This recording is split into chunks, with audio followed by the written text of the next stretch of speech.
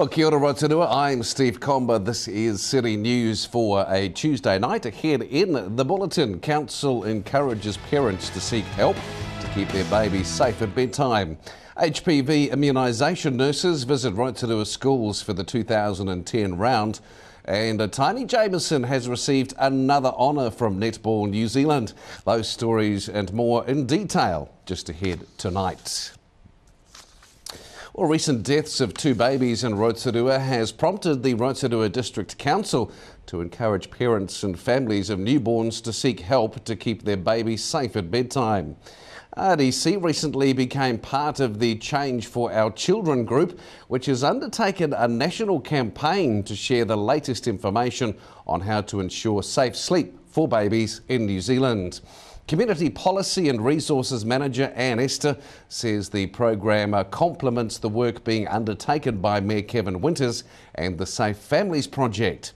The information can be found on the website changeforOurchildren.co.nz, changeforOurchildren.co.nz.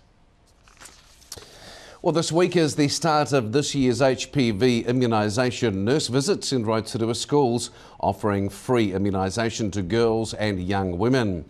Lake's DHB project manager Pip King says the HPV immunisation will help protect girls and young women from future cervical cancer. She says the benefits of the program will become evident over time. Ongoing clinical studies show that after 5 years, protection against the virus remains high.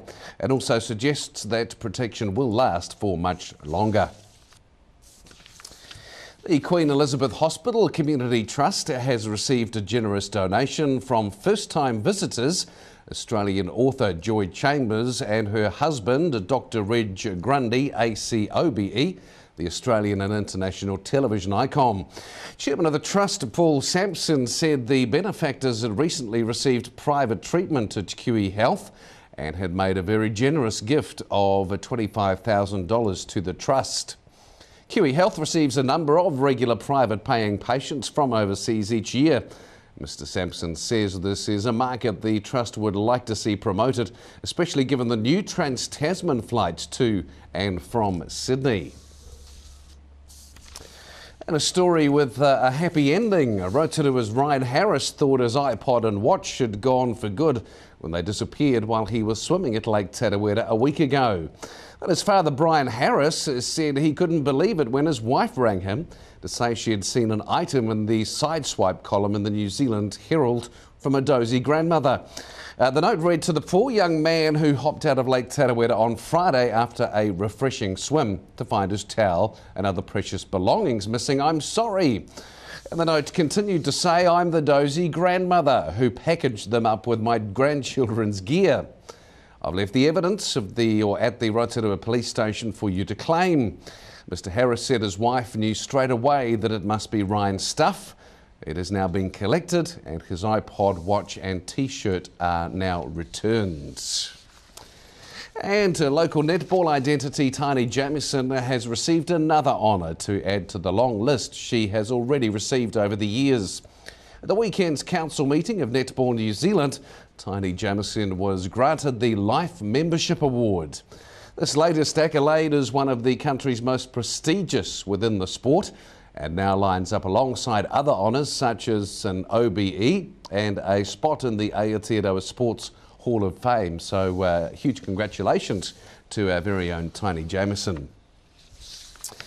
And to our weather for tonight, we are expecting some showers around with light winds, low of 15 degrees. Middle of the week for Wednesday, rain clearing by afternoon, southwesterly winds developing, a high 24 and a low of 10. A longer range through to Thursday, mainly fine weather, light winds, a high 23 and a low of 12. And for the water, Lake Rotorua for Wednesday, westerly winds 10 knots rising to 20 knots at times during the afternoon. Waves less than half a metre by evening and rain should clear. If you did miss any of tonight's stories, you can watch the bulletin again. Simply log on to the website tvrotorua.co.nz. Main page there, right-hand side, click on the link that says View Latest City News. And on the link below that, you can catch up with all the latest events happening in town over the next couple of weeks.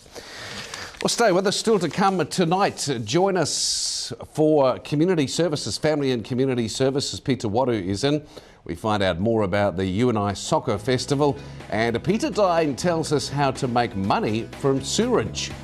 City News continues right after this break.